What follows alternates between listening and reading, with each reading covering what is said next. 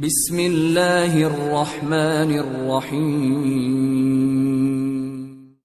اس موقع پر ایاز بن سیف الدین نے زوردار انداز میں تکبیریں بلند کی۔ تکبیروں کے جواب میں لشکر کے چاروں حصے یکجا ہو کر ایک لشکر کی صورت اختیار کر گئے تھے۔ پھر پورے لشکر کو لے کر ایاز بن سیف الدین اور چکرمش نے ان کا تعاقب کرنا شروع کر دیا تھا۔ اس تعاقب کے دوران بھی انگنت باغیوں کو موت کے گھاٹ اتار دیا گیا۔ لشکر جو اس وقت ایاز بن سیف الدین کے آگے بھاگ رہا تھا اس کی تعداد بہت کم رہ گئی تھی۔ جنگل کے اندر کچھ دور تک ایاز بن سیف الدین اور چکرمش نے اپنے آگے بھاگتے دشمن کا تعاقب کر کے ان کی تعداد کو مزید کم کر کے اس قابل نہ رہنے دیا کہ آنے والے وقت میں وہ کسی جنگ میں شامل ہو سکے۔ اس کے بعد وہ پلٹے اور اپنے پڑاؤ کی طرف ہو لیے تھے۔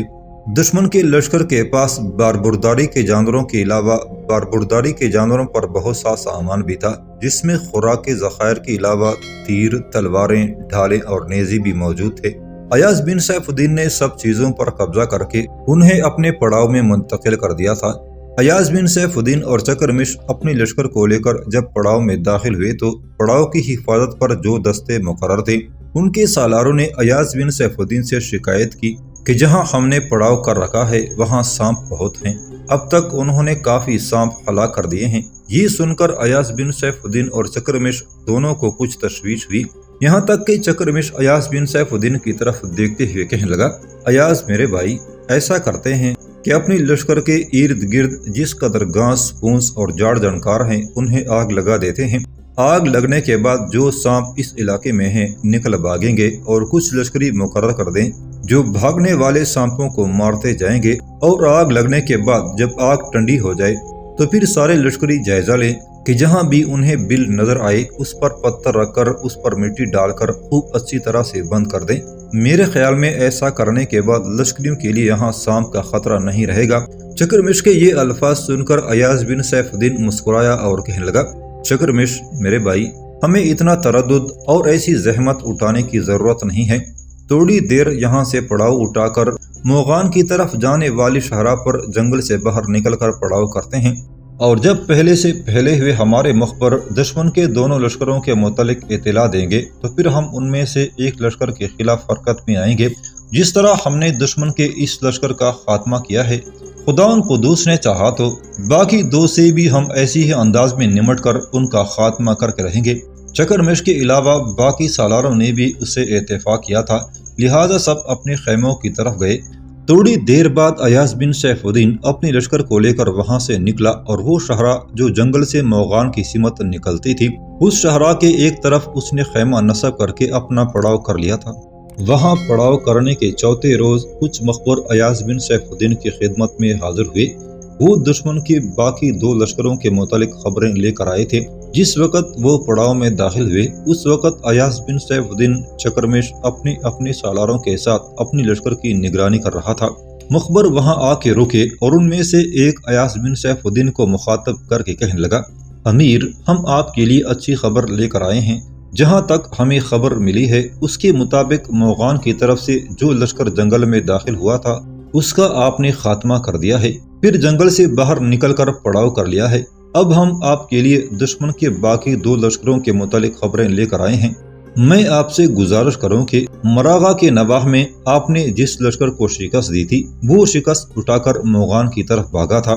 موغان سے کئی میل مشرق میں ان کے دو لشکر پہلے سے پڑاؤ کیے ہوئے تھے، جو شکست اٹھا کر بھاگے وہ بھی ان میں جا شامل ہوئے، لہٰذا انہوں نے لشکر کے تین حصے کیے۔ ایک موغان کی شاہراہ پر جنگل میں داخل ہوا جس کا آپ خاتمہ کر چکے ہیں، باقی دو حصے اس شاہراہ پر روانہ ہوئے جو تبریز کے راستے مراغہ شہر کی طرف جاتی ہے۔ وہ بڑا لشکر وہاں آ کے روکے گا جہاں آذربائیجان سے ایک شاہراہ مراغہ کی طرف جاتی ہے اور دوسری شاہراہ موصل کا رخ کرتی ہے۔ جہاں یہ دونوں شاہراہیں ایک چوراہا بناتی ہیں وہاں آ کر وہ لشکر دو حصوں میں تقسیم ہو جائے گا، ایک سیدھا مراغہ کی طرف جائے گا اور دوسرا کردستان کی سرزمینوں سے گزر کر موصل جانے والی شاہراہ پر تھوڑا سا آگے بڑھے گا، اس کے بعد وہ بھی مشرق کا رخ کرے گا۔ اس طرح وہ دو لشکر بھی اپنی کارروائی کا انتظار کریں گے۔ ابھی تک انہیں یہ پتہ نہیں ہے کہ اپنی مراغہ کے نواح سے پڑاؤ اٹھا کر موغان کے دائیں جانب موغان اور ویلم کے درمیان پڑنے والے جنگل میں ان کے ایک لشکر کا خاتمہ کر دیا ہے۔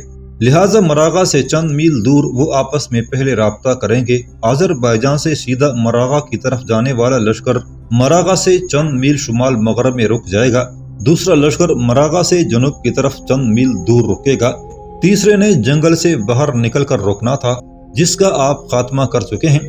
جب وہ مخبروں کے ذریعے تینوں آپس میں رابطہ قائم کریں گے، ایک دن اور وقت مقرر کریں گے جس روز انہوں نے تینوں طرف سے امڑ کر آپ پر حملہ آور ہونا ہے، پھر ان پر یہ راز کھلے گا کہ ان کا وہ لشکر جو جنگل میں داخل ہوا تھا اس کا خاتمہ کر دیا گیا ہے۔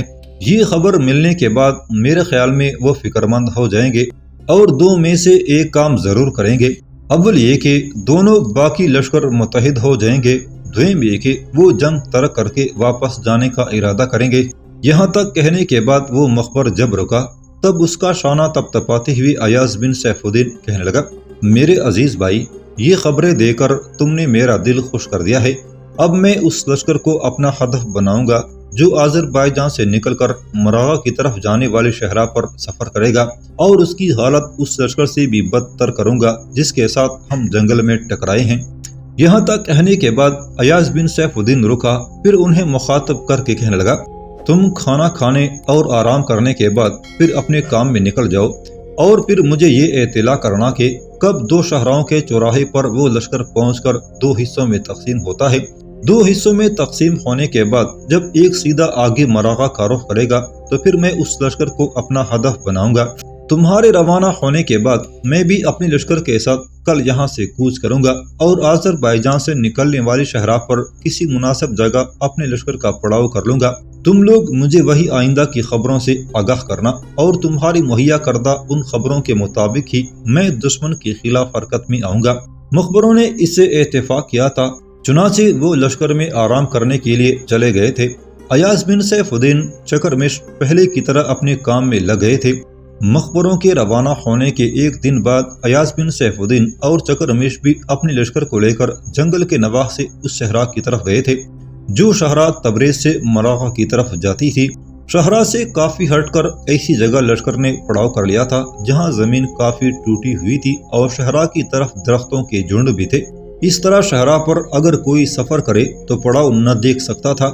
ایاز بن سیف الدین نے ایک دن اور ایک رات ہی وہاں قیام کیا ہوگا کہ جو مخبر جنگل کے نواح میں اس سے ملے تھے وہ پھر لوٹ آئے۔ ان کی آمد پر ایاز بن سیف الدین نے خوشی کا اظہار کیا، پھر انہیں مخاطب کر کے ایاز بن سیف الدین کہنے لگا، کیا تم باغیوں کے دوسرے لشکر کے متعلق بھی کوئی خبر لے کر آئے ہو؟ اس موقع پر ایاز بن سیف الدین کے ساتھ چکرمش اور دیگر سالار بھی تھے۔ وہ ان مخبروں کی آمد سے پہلے ہی کسی موضوع پر صلاح و مشورہ کر رہے تھے۔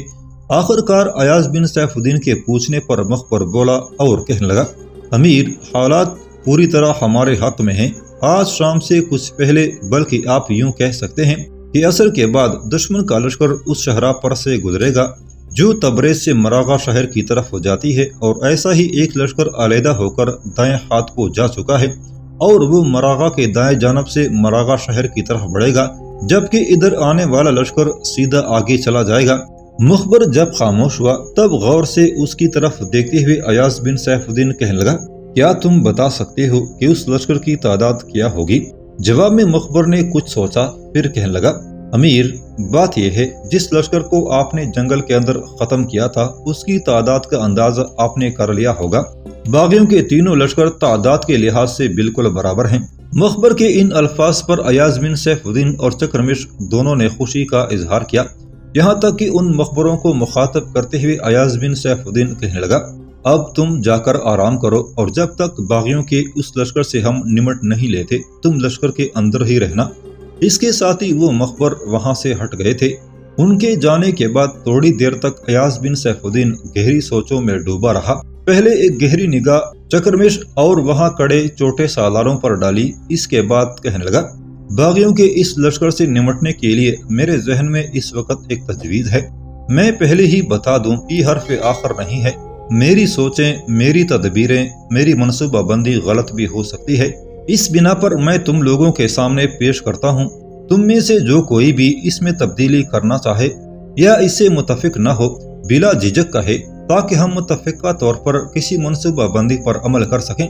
یہاں تک کہنے کے بعد ایاز بن سیف الدین جب خاموش ہوا تب ایک چھوٹا سالار بڑی عقیدت اور عاجز مندی سے کہنے لگا، امیر ایاز بن سیف الدین، یہ کیسے ممکن ہے کہ آپ کوئی منصوبہ بندی ترتیب دیں اور دوسرے سالار اسے پسند نہ کریں؟ آپ کی منصوبہ بندی کی وجہ سے تو ہمیں جگہ جگہ کامیابیاں نصیب ہوتی ہیں۔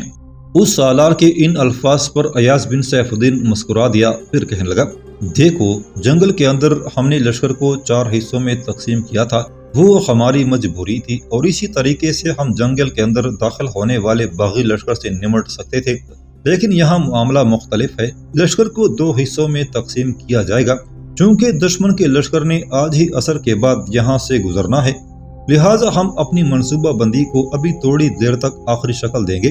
لشکر کو جو 2 حصوں میں تقسیم کیا جائے گا، ایک حصہ میرے پاس، دوسرا چکرمش کے پاس رہے گا۔ کچھ دستے علیحدہ کر دیے جائیں گے جو پڑاؤ کی حفاظت پر مقرر ہوں گے، وہ بہترین تیر انداز ہوں گے تاکہ ہمارے پڑاؤ کو کوئی نقصان نہ پہنچا سکے۔ میں اپنے حصے کے لشکر کے ساتھ دوپہر سے پہلے ہی یہاں سے مراغہ کی سمت چند فرلانگ بڑھ جاؤں گا، وہاں میں شہرہ کے قریب گات لگا لوں گا۔ باغیوں کا لشکر یہاں سے گزر کر جب آگے جائے گا تو میں اپنے لشکر کے ساتھ ان کی راہ روکوں گا۔ لازمی بات ہے، جب باغی دیکھیں گے کہ ایک چھوٹے سے لشکر نے ان کی راہ روکی ہے تو وہ مجھ پر چڑھ دوڑیں گے۔ میں انہیں روکے رکھوں گا، دفاع بھی کروں گا، جارحیت بھی اختیار کروں گا۔ اتنی دیر تک چکرمیش اپنے حصے کے لشکر کے ساتھ ان کی پشت کی طرف سے حملہ آور ہوگا، اور جب چکرمش ایسا کرے گا تو یقیناً باغیوں کو 2 طرفہ حملوں کا مقابلہ کرنا پڑے گا۔ وہ اپنے لشکر کے اندر تبدیلی کریں گے اور اس تبدیلی کی وجہ سے ان کا نظم، ان کی تنظیم خراب ہوگی، اسی سے ہم فائدہ اٹھائیں گے، ان کے اندر مزید کلبلی اور افراتفری برپا کریں گے اور ان کی شکست اور اپنی فتح مندی کو یقینی بنا کر رہیں گے۔ یہاں تک کہنے کے بعد ایاز بن سیف الدین رکا، پھر چکرمش کی طرف دیکھتے ہوئے کہنے لگا، چکرمش میرے بھائی، لشکر کے دوپہر کے کھانے کا بندوبست پہلے ہی کر دیا جائے تاکہ میں اپنے حصے کے لشکر کو لے کر بر وقت اپنی گات کی طرف چلا جاؤں، اور مجھے امید ہے اس منصوبہ بندی پر عمل کر کے ہم اپنی کامیابی کو آخری شکل دے سکتے ہیں۔ بہرحال میں نے جو کہنا تھا کہہ دیا، اب اس معاملے پر تم غور کرو، اور اگر تم میں سے کوئی بھی اس میں کوئی تبدیلی کرنا چاہے یا اس سے متفق نہ ہو، کوئی اور تجویز پیش کرنا چاہے تو اس کی اس تجویز کا خیر مقدم کیا جائے گا۔ ایاز بن سیف الدین کی اس تجویز اور منصوبہ بندی کو سب نے سراہا تھا اور یک زبان اس پر اتفاق کی رائے کا اظہار کیا تھا۔ اس کے بعد ایاز بن سیف الدین کہنے لگا، اگر یہ بات ہے تو اپنے خیموں کی طرف جاؤ، ہتھیاروں کا جائزہ لو، جو دستے یہاں پڑاؤ کی حفاظت کے لیے رہنے ہیں انہیں تیر مہیا کر دیے جائیں تاکہ دشمن کا اگر کوئی بھولا بھٹکا حصہ ہمارے پڑاؤ کو ہدف بنانا چاہے تو وہ دستے پڑاؤ کی حفاظت کر سکیں۔ چکرمیش اپنے حصے کے ساتھ پڑاؤ میں ہی رہے گا، جبکہ میں ظہر کی نماز کے بعد یہاں سے نیچے کی طرف گات میں چلا جاؤں گا۔ اس کے بعد ایاز بن سیف الدین کے کہنے پر سب وہاں سے ہٹ گئے تھے۔ ایاز بھی اپنے خیمے کی طرف چلا گیا تھا۔ ظہر کی نماز کے بعد ایاز بن سیف الدین چند میل نیچے جا کر گات میں چلا گیا تھا، جبکہ چکرمیش اپنے حصے کے لشکر کے ساتھ پڑاؤ کے اندر بالکل تیار اور مستعد ہو گیا تھا۔ عصر کے بعد باغیوں کا لشکر شہرہ پر نامودار ہوا۔ جب وہ پڑاؤ کے پاس سے گزرنے کے بعد تھوڑا سا آگے گیا تب اچانک ایاز بن سیف الدین اپنے لشکر کے ساتھ اپنی گات سے نکلا اور باغیوں کے اس لشکر کی راہ روک کھڑا ہوا تھا۔ باغیوں کا لشکر ایسی کوئی امید ہی نہیں رکھتا تھا کہ راستے میں ان کے لشکر سے کوئی ٹکرا جائے گا۔ وہ یہی امید لگائے بیٹھے تھے کہ انہوں نے سیدھا مراغہ کا رخ کرنا ہے، وہاں پہنچنے تک دائیں بائیں سے ان کے دوسرے لشکر بھی رابطہ قائم کریں گے اور پھر بیک وقت 3 لشکر سلطان برقیارو کے لشکر کو اپنا ہدف بنائیں گے۔ لیکن انہیں یہ خبر نہ تھی کہ جس لشکر کو جنگل میں ہو کر گزرنا تھا اس کا خاتمہ کیا جا چکا ہے، اور یہ کہ مراغہ شہر کے نواح میں ایاز بن سیف الدین نے اپنا پڑاؤ ختم کر دیا ہے۔ باغیوں کے لشکر نے جب دیکھا کہ ان کی راہ روکی گئی ہے تو وہ رک گئے۔ اسی سے ایاز بن سیف الدین نے فائدہ اٹھایا اور انہیں تیاری کا موقع نہیں دینا چاہتا تھا، چنانچہ ایک دم اس نے اپنے لشکر کو آگے بڑھایا اور دشمن پر حملہ آور ہو گیا تھا۔ ایاز بن سیف الدین تھوڑی ہی دیر باغیوں کے اس گروہ سے ٹکرایا ہوگا کہ تبدیلی رونما ہوئی۔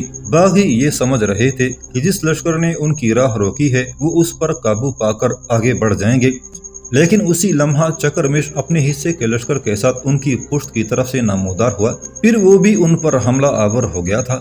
کچھ دیر کی ہولناک جنگ کے بعد باغیوں نے خود اندازہ لگا لیا کہ سلطان برق یاروق کے لشکر کے مقابلے میں ان کی حالت بڑی تیزی سے خراب ہونا شروع ہو چکی ہے، لہٰذا انہوں نے اپنی عافیت و خیریت اسی میں جانی کہ شکست قبول کر کے بھاگ کھڑے ہوئے۔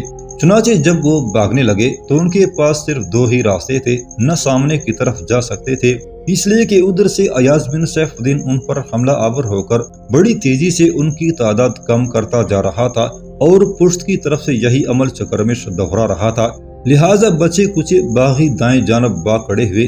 ایاز بن سیف الدین اور چکرمش نے ان کا تعاقب شروع کر دیا تھا۔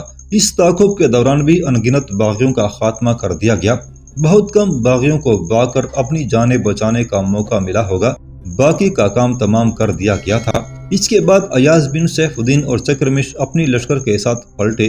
شاہراہ پر ان انگنت سامان سے لدے بار برداری کے جانوروں کے علاوہ بھیڑ بکریوں کے ریوڑ تھے، جنہیں لشکریوں کی خوراک کے طور پر استعمال ہونا تھا۔ باغیوں کے لشکر سے جو کچھ حاصل ہوا وہ سب سمیٹا جانے لگا۔ اس موقع پر ایاز بن سیف الدین اور چکرمش ایک جگہ جمع ہوئے۔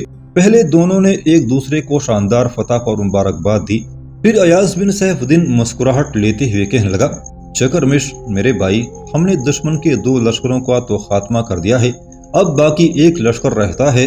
میرے خیال میں وہ بھی ہمارے ہاتھوں پہلے 2 لشکریوں کی نسبت زیادہ ذلت اور ہزیمت اٹھائے گا، اور اگر ہم ایسا کرنے میں کامیاب ہو گئے تو پھر میرے خیال میں کچھ عرصہ تک آذربائیجان میں کسی باغی کو سر اٹھانے کی جرت اور ہمت نہیں ہوگی۔ چکرمش نے بھی اس سے اتفاق کیا تھا۔ اتنی دیر تک لشکریوں نے باغیوں کے پڑاؤ کے ہر جانور اور سارے سامان کو سمیٹ لیا تھا۔ اس کے بعد ایاز بن سیف الدین اور چکرمش اپنے پڑاؤ کی طرف جا رہے تھے۔ جن دنوں ایاز بن سیف الدین اور چکرمش ایک خاصے بڑے لشکر کے ساتھ آذربائیجان کی سرزمینوں میں باغیوں سے نمٹنے میں مصروف تھے، موصل کے حالات نے ایک دم پلٹا کھایا۔ پہلے موصل کے حالات خراب ہوئے اور پھر خرابی اور بربادی کا یہ سلسلہ دور دور تک پھیلنا شروع ہو گیا تھا۔